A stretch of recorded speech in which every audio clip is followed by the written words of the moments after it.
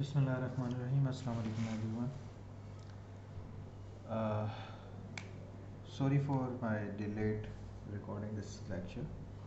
There was some technical issues which I was trying to resolve before making it a good quality lectures. Uh, Finally I have concluded कि हम जो है online sessions भी ले सकते हैं. I have made all those arrangement, तो हम MS Team पे भी live lectures ले सकते हैं. तो इसके ऊपर हम जो है वो अपने जो मंडे का सेशन है we will talk about it कि whether we want to go on a live session on MS Team or we can stick with this asynchronous या offline lecturing system. Okay, with this आपसे थोड़ी सी introduction हमारी control system के बारे में कोई बातचीत हुई और अपने सिस्टम के बारे में इंट्रोडक्शन के बारे में हमने थोड़ा सा देखा कि कंट्रोल सिस्टम क्या होता है, कैसे होता है. आज हम जो है वो सेकंड लेक्चर कह सकते हैं, लेकिन I will treat it as my first lecture क्योंकि पहले लेक्चर में हम बहुत सारी चीज़ें वैसे कवर नहीं कर सके थे. तो अब हम जो है वो स्ट्रेट फॉरवर्ड जो है वो अपने कंटेंट्स की तरफ आ जाते हैं और उसके ऊपर बात करते हैं. अच्छा, पहली जो चीज़ जिस तरह से हमने लास्ट लेक्चर में बात की थी कि हम क्या करेंगे, हम वीक में 3 लेक्चर्स होंगे. ठीक है, 3 लेक्चर्स पर वीक. ओके, अब 3 लेक्चर पर वीक का मतलब है कि हम जितना भी कंटेंट कवर करेंगे, आप लोगों की हर वीक की एक असाइनमेंट होगी. That is a part 2 assignment for each week. And assignment will be, assignment क्या है? असाइनमेंट बहुत सिंपल सी है. आप लोगों ने 3 लेक्चर्स सुनने हैं, उनके जो हैंड रिटन लेक्चर नोट्स जो आप लोग अपने घर में तैयार करेंगे या जो अपने हिसाब से आप लेकर चलेंगे, आप लोगों ने वो हैंड रिटन नोट्स जो हैं मुझे एज असाइनमेंट जो हैं वो सबमिट करवाने हैं. ठीक है, this is for the sake of making you understand the topic as well as making the habit of writing notes for the lectures and show your understanding while you are taking this asynchronous kind of lecturing. ठीक है, तो assignment होगी hand written notes जो कि हर week आपने upload करने हैं. तो इससे क्या होगा, अगर हमारे फ्लैट से 15 वीक्स हैं या 16 वीक्स हैं हमारे पास, तो 16 वीक्स का मतलब हो गया 16 असाइनमेंट्स जो हैं वो आपकी ये हैंड रिटन नोट्स होंगे. ठीक है, दिस एक्चुअली इसको असाइनमेंट कहना शायद ज़्यादती हो कि ये असाइनमेंट नहीं है. Basically this is what is required, मतलब आप लोगों को ये करना ही है, तो उसी को मैंने आपको एक असाइनमेंट के तौर पर दे दिया है. Other than this there will be time to time there will be some assignments. ठीक है, कुछ असाइनमेंट्स होंगी जो आपके पास हम उनको कोई और नाम दे देंगे. आपके जो AMS है उसमें आई विल थिंक असाइनमेंट को क्या नाम देना है. वो असाइनमेंट्स होंगी जो आपके, जिस तरह से मैं कोई स्पेसिफिक टास्क दूंगा, कोई न्यूमेरिकल्स हो सकते हैं, कोई क्वेश्चंस हो सकते हैं फॉर योर प्रैक्टिस. ठीक है, तो so these will be the practising assignments. ठीक है, तो हम इस लिहाज से आगे चलेंगे. बाकी ज़ाहिर है क्विज़ेज़ और बाकी चीज़ें जो हैं वो हम आपके साथ शेयर करते रहेंगे कि कब और कैसे और कहाँ हमने करनी है. ठीक है, तो फॉर द टाइम बिंग इसको यहीं पर रखते हैं. बाकी असेसमेंट क्राइटेरिया वगैरह के बारे में डिटेल में आप लोगों से बात जो है वो बाद में होती रहेगी, तो इसको मैं फ़िलहाल यहीं पर रोक रहा हूँ. लेकिन जो बॉटम लाइन है वो ये है कि 3 वीक्स के बाद आपके जो हैं वो हैंड रिटन नोट्स जो हैं वो आप शेयर करेंगे और उसकी डेट जो है वो मैं आपको ड्यू डेट बता दिया करूँगा. उसके मुताबिक जो है वो हम अपने लेक्चर्स जो हैं या आपकी जो असाइनमेंट्स हैं उनको अपडेट करते रहेंगे. ठीक है, ओके. अच्छा, हमने बात की थी जी कंट्रोल सिस्टम क्या होता है. पहला क्वेश्चन है व्हाट इज़. आप ज़िंदगी में जब भी कोई रिसर्च करते हो या जब भी कोई टॉपिक सुनते हो या कभी भी कोई चीज़ के बारे में सोचना शुरू करते हो, तो यूजुअली कहा जाता है उसके 3 क्वेश्चंस होते हैं. 3 क्वेश्चन अगर आप हर चीज़ के बारे में उसका आंसर बना लो तो आपकी रिसर्च भी कंप्लीट हो जाती है, आपके प्रोजेक्ट कंप्लीट हो जाते हैं, आपके जो सेशंस हैं, आपके जो क्लास है या जो आपके टॉपिक्स हैं, आपके बुक्स हैं, वो पूरी की पूरी समझ आ जाती है. क्वेश्चन है व्हाट, ठीक है, व्हाई एंड हाउ. ठीक है, these are the basic questions जो कि आप ज़िंदगी भर अपने हर चीज़ के ऊपर अप्लाई कर सकते हो। ठीक है, अब ये आपके घरेलू या डेली बेसिस पे जो चीज़ें चल रही हैं उनके बारे में भी हो सकता है, बाकी आप जो है वो किसी और टॉपिक के बारे में भी बात कर सकते हैं, क्लासेस के बारे में भी हो सकता है। ठीक है, तो अभी हम इसको अप्लाई करते हैं अपने कोर्स के ऊपर। तो पहले तो क्वेश्चन है कि what is a control, what control है क्या चीज़, किस चीज़ को आप कंट्रोल करेंगे। फिर दूसरा है कि हमें control, why we need to have this control, हमें कंट्रोल करने की और क्या ज़रूरत है। Third question is how we will control, how we will control या हाउ टू कंट्रोल। ठीक है, तो क्वेश्चन सिंपल है, क्वेश्चन क्लियर है कि कंट्रोल से व्हाट इज़ कंट्रोल। तो पहला नाम है जी व्हाट इज़ कंट्रोल। इसके ऊपर हमने लास्ट टाइम बात की थी। व्हाट का आंसर आपके पास क्या था, किसी भी चीज़ को अपनी डिज़ायर के मुताबिक चला लेने का नाम कंट्रोल है। यानी कि कोई चीज़ आपकी मर्ज़ी के मुताबिक चल रही है तो आप कहोगे कि ये चीज़ मैंने कंट्रोल में रखी हुई है, ये चीज़ मेरे कंट्रोल में है। ठीक है, लाइक घर के फाइनेंसेस हैं that are in the control of father, ठीक है, या मदर या वट एवर, मतलब कोई बड़े भाई या बहन के पास है। तो क्या है जी व्हाट इज़ कंट्रोल। अब डिज़ायर के मुताबिक कोई चीज़ चलाने का मतलब, अब क्या मतलब है इसका, कि अगर मैं कहता हूँ finances of the house is under the control of let's say father, तो अब फादर के कंट्रोल में है तो इसका मतलब है कि फादर की मर्ज़ी के मुताबिक चीज़ें चलेंगी। अब बात यह है कि फ़ादर की मर्ज़ी के मुताबिक चलनी है, आप अपनी मर्ज़ी करना चाहते हैं तो आप अपनी कोई रिक्वेस्ट फादर को बताएंगे कि जी मैं चाहता हूँ मेरा आईपैड आ जाए, मेरा टैबलेट आ जाए, मेरा मोबाइल आ जाए। ठीक है, तो ये अब आपकी रिक्वेस्ट है। अब इस रिक्वेस्ट को एक्सेप्ट करना या रिजेक्ट करना वो फादर की मर्ज़ी है। फादर अगर उसको बजट प्लान करते हैं और उसके मुताबिक उसको फाइनेंसेस दे देते हैं, तो अगर उनकी मर्ज़ी शामिल हो जाती है तो तब आपको वो चीज़ मिल जाएगी। तो दैट इज़ टू से कि that is in the control of father. ठीक है, तो दिस इज़ द कंट्रोल। अब फादर के कंट्रोल का मतलब क्या हो गया, फादर की मर्ज़ी शामिल है। तो इसका मतलब है जब भी आप मर्ज़ी की बात करेंगे, डिज़ायर के मुताबिक कोई चीज़ चलाएंगे, अब वो कोई चीज़, वो कोई मशीन भी हो सकती है, सिस्टम भी हो सकता है, कोई प्रोसेस भी हो सकता है, वट एवर इट इज़, जो भी ये होगा that will be known as the control. ठीक है, तो कंट्रोल क्या है, मर्जी के मुताबिक कोई चीज़ चला देने का नाम जो है वो हमारा कंट्रोल होगा। तो यहाँ पर अब बड़ी क्लियर कट एलिमेंट्स आ जाएंगे जो मैं आपको आगे चल के बताऊँगा वो कैसे हम इस्टेब्लिश करेंगे, लेकिन अभी आपको बेसिक डेफिनेशन समझ आ गई। अब मैं इसको थोड़ा सा एलेबोरेट करता हूँ थोड़ी सी सराउंडिंग की एग्जांपल्स के हिसाब से। Like temperature control of a room की हमने बात की थी उस दिन लास्ट लेक्चर में। तो टेम्परेचर कंट्रोल में आपको गर्मी लग रही है, बाहर बहुत गर्मी है, तो आप कमरे में आते हैं, एसी को ऑन करते हैं और टेम्परेचर जो है वो 20 डिग्री सेट कर देते हैं। तो जब आपने 20 डिग्री सेट किया कमरे का टेम्परेचर, तो what you are trying to have a control system, you have given your desire कि इस रूम का टेम्परेचर 20 डिग्री होना चाहिए। तो बात सिंपल सी आ गई कि 20 डिग्री का टेम्परेचर आपने सेट कर दिया, that is your desire.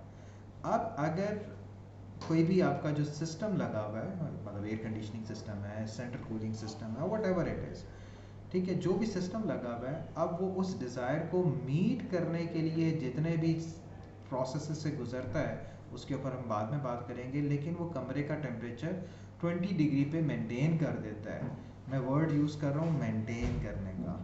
Maintain करने का मतलब क्या है कि 20 डिग्री पे टेम्परेचर मेंटेन हो गया, इसका मतलब है ना ज़्यादा है ना कम है। क्योंकि अगर आपने कोई सिस्टम लगा दिया है जो कि मेंटेन करने की कैपेबिलिटी नहीं रखता, तो हो सकता है टेम्परेचर 20 से नीचे भी चला जा सकता है। ठीक है, तो उसके ऊपर भी हम बात करेंगे कि उस तरह के सिनेरियोज में हम क्या क्या उसको कैसे कहेंगे। ठीक है, तो डिज़ायर मीट करने का या डिज़ायर को मीट करने की कोशिश भी कोई सिस्टम कर रहा है, तो दैट इज़ द कंट्रोल। क्यों, अब क्वेश्चन आ जाता है why we need the control. ठीक है, व्हाट को मैंने आपको एलैबोरेट किया, व्हाई के ऊपर बात कर लेते हैं। Why we need this control, why. आपके जहन में बहुत सारे जवाब इसके होंगे, लेकिन ज़ाहिर है कि I can not have that interaction, तो मुझे ही इसका जवाब देना है। तो व्हाई कंट्रोल, क्यों चाहिए हमें कंट्रोल। कंट्रोल इसलिए चाहिए मैं 2 मिनट का कुछ सेकंड का पॉज इसलिए कर रहा हूँ कि आप लोग अपने दिमाग में थोड़ा सा वाई को जो है वो थोड़ा सा प्रोसेस कर लें। Don't rely on my words या वेट फॉर माई वर्ड्स, थोड़ा सा अपने आप को जहन में सोचें कि आपको क्यों चाहिए, why you need the control. एक तो बात सिंपल सी है कि हमने अपनी मर्ज़ी चलानी है, हर बंदा चाहता है कि मेरी मर्ज़ी के मुताबिक जो है वो पूरी दुनिया चले, मेरी मर्ज़ी के मुताबिक घर का सारा सिस्टम चले, मेरी मर्ज़ी के मुताबिक जो क्लास है वो मेरी मर्ज़ी के मुताबिक चले, टीचर मेरी मर्ज़ी के मुताबिक आए, मेरी मर्ज़ी से पढ़ाए, मेरी मर्ज़ी के टॉपिक हों, ठीक है, या वगैरह वगैरह। हर किसी की ये ख्वाहिश है। तो पहले ख्वाहिश को फ़िलहाल हम साइड पे रख देते हैं, लेकिन हम इसकी टेक्निकल रीज़न ढूंढने की कोशिश करते हैं कि हमें कंट्रोल सिस्टम की ज़रूरत है क्यों, why we need this control करने की ज़रूरत क्यों है। तो अगर आप देखें तो बहुत सारी जगहों पर एक रिपीटेड काम हो रहा होता है, ठीक है। रिपीटेड काम क्या है, फॉर एग्जांपल आपने किसी जगह का टेम्परेचर, जिस अभी मैंने एग्जांपल दी, वो मेंटेन करना है आपने। अब अगर आप इसको कंट्रोल नहीं करेंगे तो आप क्या, मतलब एसी को का ऑन ऑफ बटन आपने लगाया हुआ है, आप वहाँ पे बैठ जाएंगे और हाथ में थर्मामीटर रख लेंगे, तो देखते रहेंगे। जब 20 डिग्री सेंटीग्रेड टेम्परेचर हो गया तो आप क्या करेंगे, एसी को ऑफ़ कर देंगे, या अगर बहुत ज़्यादा टेम्परेचर डिफरेंस है तो ऑन कर देंगे। तो ऑफ ऑन थर्मामीटर को भी आपने सामने रखा हुआ है रूम टेम्परेचर को मेजर करने के लिए, या टेम्परेचर सेंसर को यूज़ कर रहे हैं।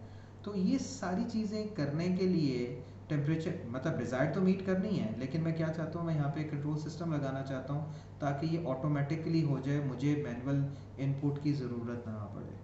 एक तो ये रीज़न हो सकती है कि जी आप लेबरस वर्क जो है वो अपने ऊपर से हटाना चाहते हैं ताकि ये सिस्टम जो है वो ऑटोमेटिकली चलता रहे। अच्छा, जब हम कंट्रोल का लफ्ज़ यूज़ करते हैं तो बेसिकली हमारे बैक ऑफ द माइंड में जो चीज़ चल रही होती है वो होती है ऑटोमेटिक कंट्रोल। तो we are talking about the automatic control के ऑटोमेटिकली सब कुछ हो रहा है, ठीक है। अभी इनकी डिफरेंट टाइप्स के बारे में भी मैं बात करूँगा, लेकिन अभी हमारे पास ये ऑटोमेटिक कंट्रोल की मैं बात कर रहा हूँ, ठीक है। अच्छा, इसी तरह से बहुत सारी जगह ऐसी होंगी जो कि अनरीचेबल होंगी, मतलब इंसान वहाँ जा ही नहीं सकता। फॉर एग्जांपल एक फर्नेस है, फर्नेस आपको पता है कि वहाँ पे टेम्परेचर 1000 डिग्री सेंटीग्रेड भी हो सकता है, 2000 10,000 डिग्री सेंटीग्रेड, या what ever the temperature is. आप 100 भी हो, 100 भी हो, तो ज़ाहिर है इट्स नॉट ह्यूमनली पॉसिबल कि आप 100 डिग्री सेंटीग्रेड पे जाकर कुछ काम कर रहे होंगे। तो वहाँ पर आप क्या चाहते हैं कि जी अगर मैंने फर्नेस का टेम्परेचर कंट्रोल करना है तो वहाँ पे मैनुअली तो मैं कुछ नहीं कर सकूँगा, तो it's better to have a automatic control. फिर इसी तरह से कुछ आउटर, मतलब मार्स है वहाँ पे, या सन पे आप कोई सिस्टम भेज देते हैं अपना, या इसी तरह के किसी और प्लूटो या किसी और प्लैनेट पे आप चले जाते हैं, मतलब चीज़ अपना सिस्टम भेज देते हैं, तो that is unaccessible by human. तो वहाँ पर भी आपका ये कंट्रोल सिस्टम की ज़रूरत पड़ती है, ठीक है। अच्छा, तीसरा क्वेश्चन है हाउ। हाउ इज़ लॉन्ग, मतलब इसका आंसर जो है वो हम पूरे इस सेमेस्टर ही ढूंढते रहेंगे और आहिस्ता आहिस्ता उसको इम्प्लीमेंट करते रहेंगे कि हम कंट्रोल करेंगे कैसे, ठीक है। जिस तरह मैंने एक छोटी सी बात का आप लोगों से लास्ट लेक्चर में कही थी, हाउ। मैं एक स्टैंडर्ड ब्लॉक डायग्राम बना रहा हूँ। ब्लॉक डायग्राम के बारे में अभी हम बहुत डिटेल में बात करेंगे आगे के लेक्चर्स में, लेकिन एक ब्लॉक डायग्राम मैं बना रहा हूँ जो आप अपनी सारी कंट्रोल सिस्टम की थ्योरी, जो आप बेशक अभी पढ़ रहे हैं या बाद में पढ़ेंगे, you will keep seeing this block diagram, ठीक है। क्या होगा जी आपके पास, जिस तरह मैंने आप लोगों से बात कही, मैं हाउ का आंसर दे रहा हूँ और प्लस मैं थोड़ी सी चीज़ और ऐड कर रहा हूँ। हाउ में आपने क्या किया था, सबसे रूम टेम्परेचर सेट करने के लिए आपने एक रेफरेंस वैल्यू सेट की थी जिसको आप आर कह सकते हो, ये डिज़ायर्ड वैल्यू है, ठीक है। विद डिज़ायर आप जो अचीव करना चाहते हो, जो कि हमारे केस में 20 डिग्री सेंटीग्रेड का टेम्परेचर था, ये डिज़ायर्ड वैल्यू है। लास्ट लेक्चर में हमने बात की थी कि ज़ाहिर है कि करंटली जो कुछ हो रहा है, जितना टेम्परेचर है, उसको हमें फीडबैक चाहिए, ठीक है। तो यहाँ पे आ जाएगा आपका सेंसर, ठीक है, सेंसर, या इसको हम मेजरमेंट सिस्टम भी कहते हैं, ठीक है। सेंसर आ जाएगा या मेजरमेंट सिस्टम आ जाएगा जी, सेंसर आ जाएगा या मेजरमेंट सिस्टम आ जाएगा। अब ये मेजरमेंट सिस्टम जो है वो फीडबैक में लगा हुआ है, ठीक है। ये रेफरेंस है, ये मेजरमेंट सिस्टम है जो कि आपको फीडबैक बता रहा है। ये क्या बता रहा है, ये आपको ये बता रहा है कि जी फीडबैक में कितना मतलब टेम्परेचर कितना आ रहा है।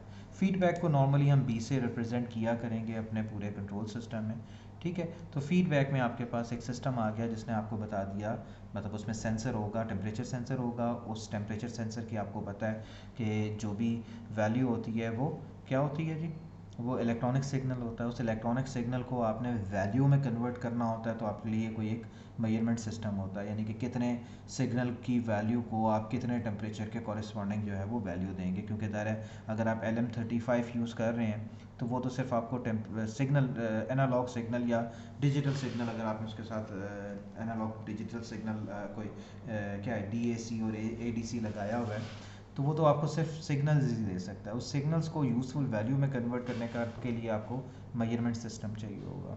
रेफरेंस वैल्यू, फीडबैक वैल्यू जो कि करंट टेम्परेचर को शो कर रही है, इन दोनों का जो डिफरेंस होगा वो क्या बनाएगा आपको, वो बनाएगा एरर, ठीक है। ये वो एरर है। As a control system designer या कंट्रोल सिस्टम या कंट्रोल ऑटोमेटिक कंट्रोल का काम क्या है, इस एरर को मिनिमाइज़ करना, ज़ीरो करना। अगर ये एरर जो है वो ज़ीरो हो सकता है तो वो क्या करेगा, वो इसको मतलब वो जो भी काम अगर ज़ीरो होगा तो ज़ाहिर है कि कंट्रोल को कुछ करने की ज़रूरत नहीं है। लेकिन अगर ज़ीरो नहीं है तो वहाँ पर क्या होगा, वहाँ पे कंट्रोलर कुछ करेगा, ठीक है। मैं इसको CONT कह रहा हूँ, तो दिस इज़ कंट्रोलर। तो ये कंट्रोलर इसके अंदर कुछ करेगा, कुछ कमांड जनरेट करेगा। तो यहाँ से जो भी कमांड है या कंट्रोल एक्शन है, that will be commanded to the system. System के हैं या प्लांट के हैं, ठीक है। प्लांट हमारे लिए क्या है, कूलिंग प्लांट कह लें या जो भी प्लांट आप कह रहे हैं, ठीक है। तो वो उसके ऊपर एक्ट करेगा, यानी कि ठंडा करने की कोशिश करेगा और उसकी कोई आउटपुट जनरेट करेगा। नॉर्मली हमारी जो आउटपुट होती है उसको हम C से रिप्रेजेंट करते हैं। तो reference value, feedback value, error, commanded action या कंट्रोल एक्शन, ठीक है, जो भी आप इसको कहें, प्लांट, और आपके पास क्या है आगे, जो भी आउटपुट सिग्नल बन रहा है that is C, and that is C is the current temperature value जो भी चेंज हो रहा है, ठीक है। And that is being sensed by the sensor and it is fed back to the main system, ठीक है। ओके जी, तो this is what the how you need to how you will control your system, मतलब आप उसको control कैसे करेंगे, ठीक है। ये वाली जो ब्लॉक डायग्राम मैंने यहाँ पे ड्रॉ की है, ये ब्लॉक डायग्राम आपको बड़ी दफ़ा आपको नज़र आएगी। तो अगर आपको इसमें कोई चीज़ अभी कंफ्यूज कर रही है तो this is just introductory lecture, ये आके चल के आपको बड़ी डिटेल में हम इसके ऊपर बात करेंगे, ठीक है। ओके, थोड़ा सा हिस्टोरिकल बैकग्राउंड अगर आपको बता दूँ मैं, तो हिस्ट्री मतलब कंट्रोल सिस्टम, जाहिर है कि जब से इंसान पैदा हुआ है उस वक्त से कंट्रोल में चीज़ें हैं ही, ठीक है। नेचर के पॉइंट ऑफ व्यू से देखें तो नेचुरली आपके पास हर चीज़ कंट्रोल में है, और ज़ाहिर है कि वो अल्लाह ताला के कंट्रोल में है।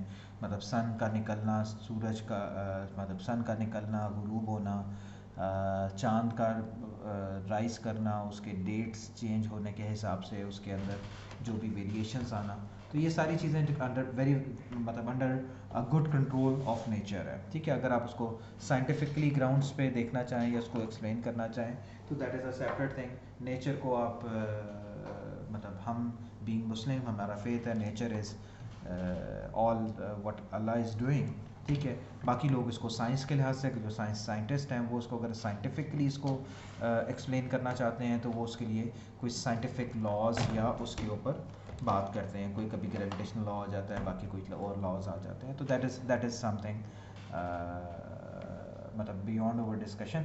लेकिन हम इसको कहते हैं कि अगर कोई भी चीज़ अगर आप देखें तो नेचर में ऑलरेडी इट्स अंडर कंट्रोल, ठीक है। तो नेचर में जो है वो जो चीज़ कंट्रोल में है वो आपको मतलब इस तरह मैंने एलैबोरेट किया, सन है। इसी तरह से अगर आप इंडिविजुअल छोटे छोटे सिस्टम्स को देखना शुरू करें, दरख्त, ट्री कैसे ग्रो करता है, उसका किस तरह का मैकेनिज़्म है, हमारी अपनी बॉडी देख लें तो ये किस तरह से कंट्रोल होती है, या हमारे किस तरह से हम उसको एक्शन करते हैं। बल्कि हम अगर अपने छोटे छोटे एलिमेंट्स की भी बात करें तो उन सब में ये वाली बात जो है वो बड़ी क्लियर है कि हमारा हाथ का मूवमेंट, हमारी ज़ुबान की मूवमेंट, हमारे वर्ड्स का बताना और या कहना, ये सारा कुछ जो है वो हमारे कंट्रोल सिस्टम का हिस्सा है, यानी कि हमारे कंट्रोल में है। तो these are all the examples of the control system. अब हमारा डाइजेस्टिव सिस्टम है वो भी एक कंट्रोल सिस्टम है। इसी तरह से हमारा जो ह्यूमन का बॉडी का टेम्परेचर कंट्रोल है वो भी अगर आप देखो तो वो भी वेल कंट्रोल्ड है। 97 पॉइंट समथिंग पे फ़ॉरेनहाइट पे आप जो है वो 97.6 फ़ॉरेनहाइट या पता नहीं 97 कितना होता है जी, चलें देख लीजिएगा मुझे इस वक्त एग्जैक्टली।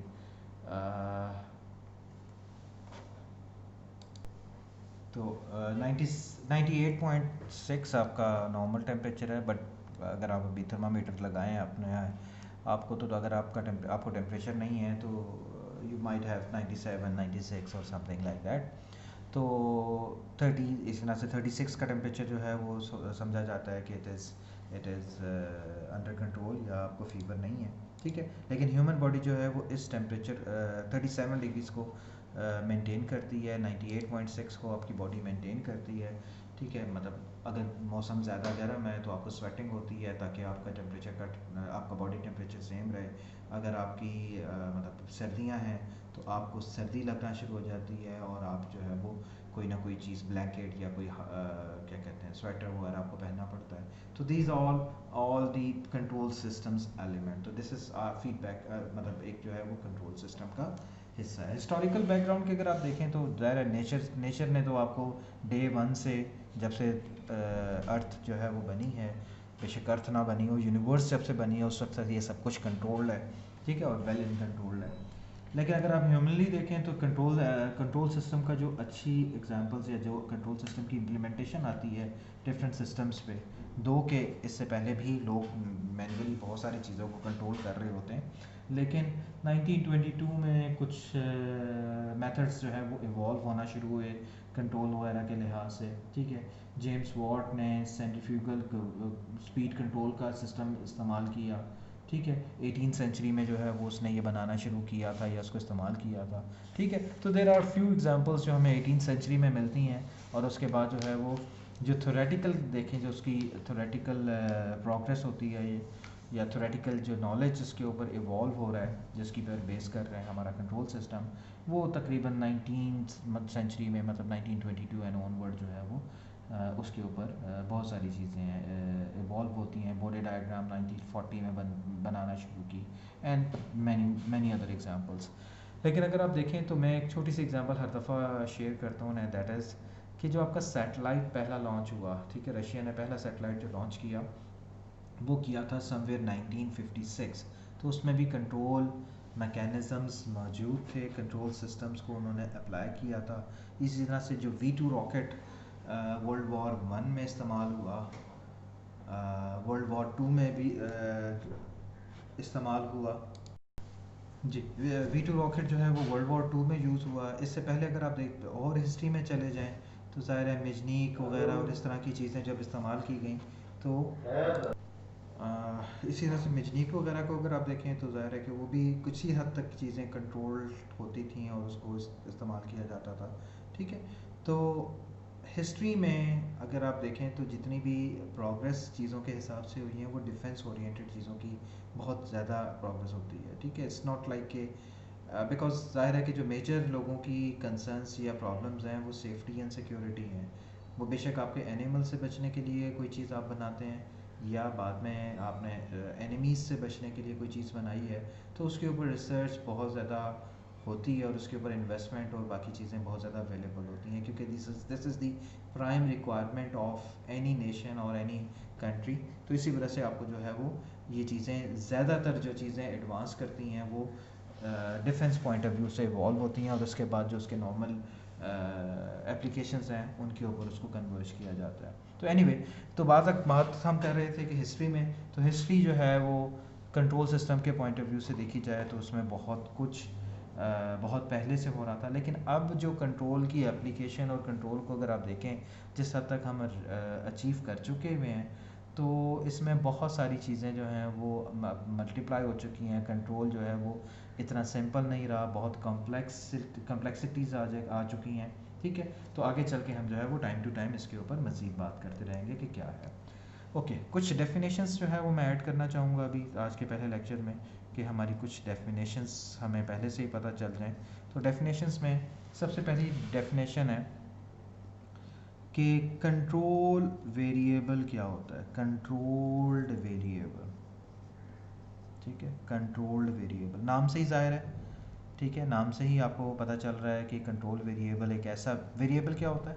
वेरिएबल एक ऐसी चीज़ होती है जिसको आप चेंज कर सकते हो, कोई भी पैरामीटर या कोई भी वैल्यू या उसको जिसको हम चेंज कर सकें, तो उसको हम वेरिएबल का नाम देते हैं। ठीक है, अब जिस तरह कंट्रोल वेरिएबल का नाम मैं बात कर रहा हूँ, तो कंट्रोल वेरिएबल का मतलब होगा एक ऐसा पैरामीटर, एक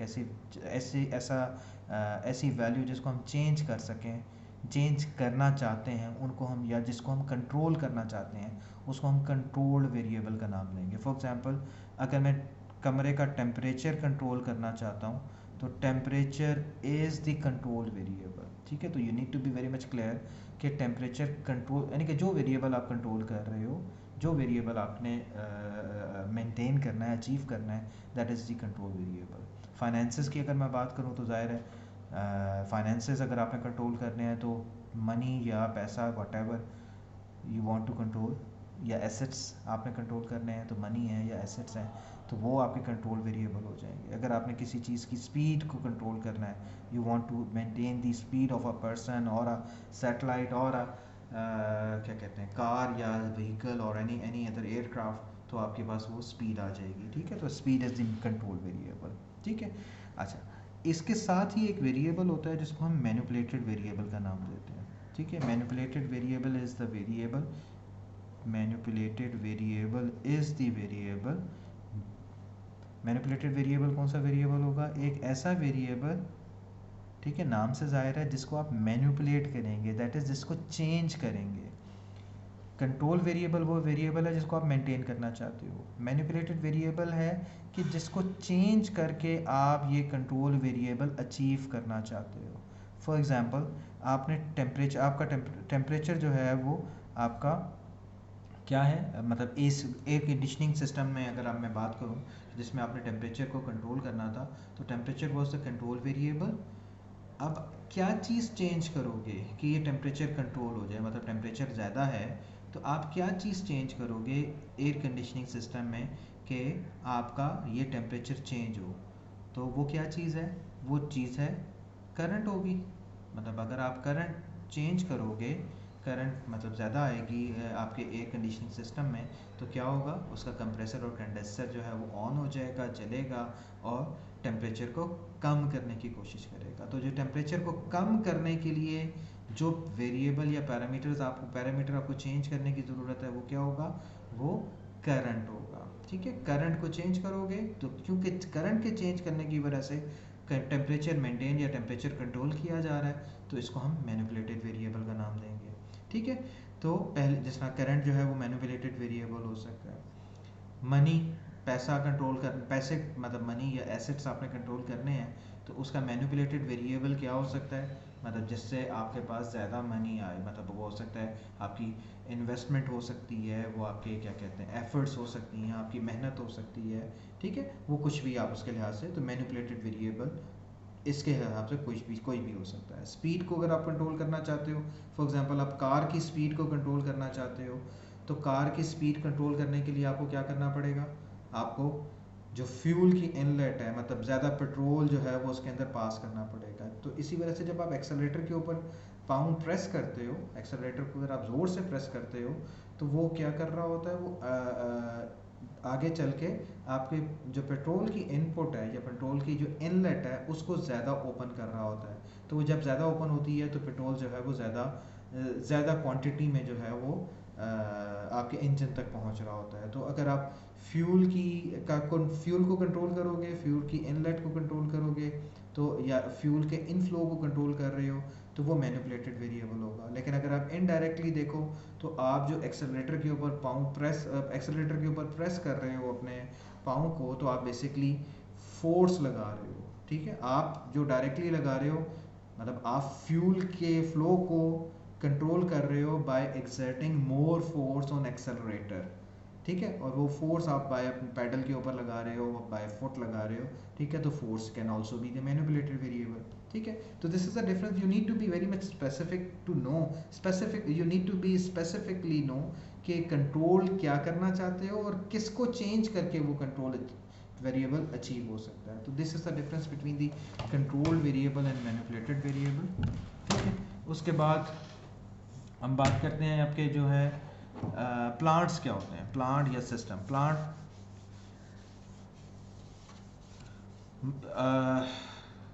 प्लांट के बारे में आप लोगों के जहन में शायद ये है कि जो बाहर दरख्त लगा हुआ है उसको हम प्लांट कहते हैं, बाहर कोई पौधा जो है वो प्लांट है, ठीक है। तो that is not the plant, plant कहते हैं उसको, लेकिन वो बायोलॉजिकल प्लांट है। लेकिन जब हम कंट्रोल सिस्टम की बात करते हैं या मैकेनिकल या इलेक्ट्रिकल इंजीनियरिंग की बात करते हैं, तो उसमें जो प्लांट है वो प्लांट होता है, मतलब जिस तरह सीमेंट प्लांट है, कूलिंग प्लांट है, मतलब ये वाले जो सिस्टम्स हैं, मतलब set of systems, set of systems, उसको हम प्लांट का नाम देते हैं, ठीक है।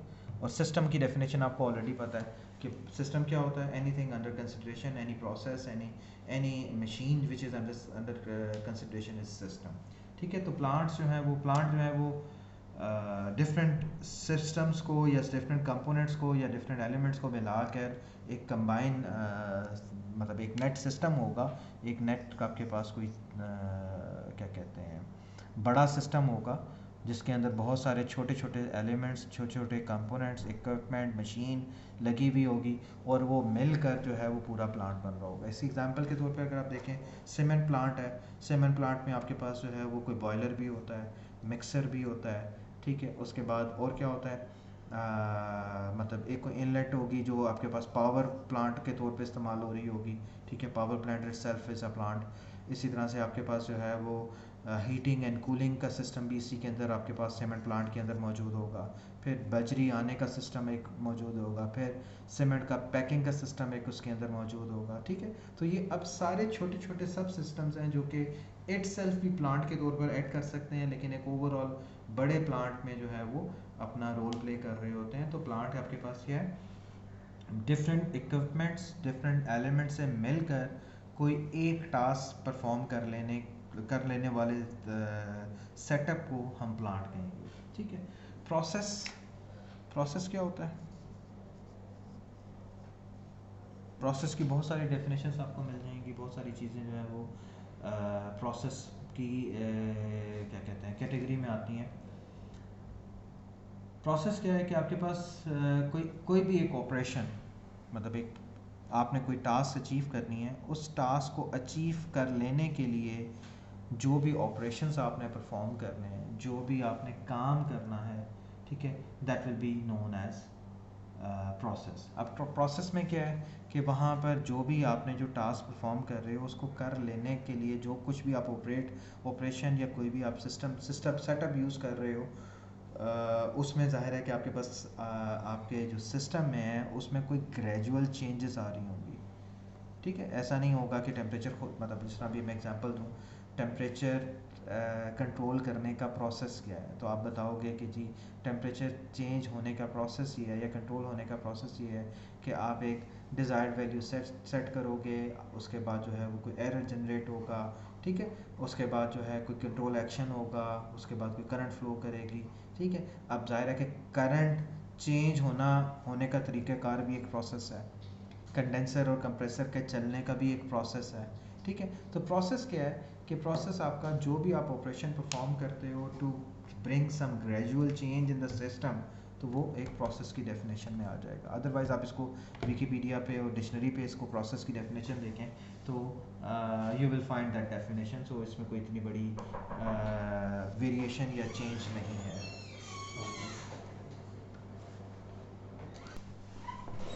ओके, नेक्स्ट डेफिनेशन आपके पास सिस्टम की है। तो सिस्टम आपको पता है सिस्टम क्या होता है, system anything under consideration is known as system. System, plant को और सिस्टम को हम नॉर्मली इंटरचेंजेबली यूज़ किया करेंगे। सिस्टम मतलब प्लांट में बहुत सारे सिस्टम्स हो सकते हैं और प्लांट को आप एक सिस्टम, बड़ा सिस्टम भी कह सकते हैं। प्लांट के अंदर जिस तरह मैंने पहले बात की कि आपके पास मिक्सिंग का प्लांट हो सिस्टम हो सकता है, एक आपके पास पावर प्लांट हो सकता है, पावर सिस्टम हो सकता है, जिसको भी आप मतलब सिस्टम और प्लांट में बहुत मतलब माइन्यूट सा या माइनर सा डिफरेंस है। नॉर्मली क्या होता है, plant is usually consist of many systems, ठीक है। सिस्टम स्टैंड अलोन एक सिंगल कोई एलिमेंट भी हो सकता है, सिंगल एंटिटी भी हो सकती है, और दूसरा जो है वो बड़ा सिस्टम भी हो सकता है जिसके अंदर सब सिस्टम्स मौजूद होते हैं। तो इंटरचेंजेबली जो डिफरेंस आपको मिलेगा वो सिर्फ यही मिलेगा कि plant is usually consist of more than one system, while system can also be consist of more than one system, ठीक है, मतलब सब सिस्टम्स उसके बहुत हो सकते हैं, लेकिन सिस्टम में कोई एक सिंगल एंटिटी का एलिमेंट भी हो सकता है। प्लांट में आपको ऐसा कोई सिस्टम, ऐसा कोई प्लांट नहीं मिलेगा जिसमें कोई एक ही सिस्टम वर्क कर रहा हो, बाकी कोई सिस्टम एग्जिस्ट ना कर रहा हो। तो plant is usually a bigger system consist of more सब सिस्टम्स, ठीक है। तो this is the basic difference about it. Okay, उसके बाद अगर हम बात करें डिस्टर्बेंस की, बेसिकली डिस्टर्बेंस जो है वो ही सबसे बड़ी एक एलिमेंट है जिसकी वजह से हमें कंट्रोल सिस्टम चाहिए, ठीक है।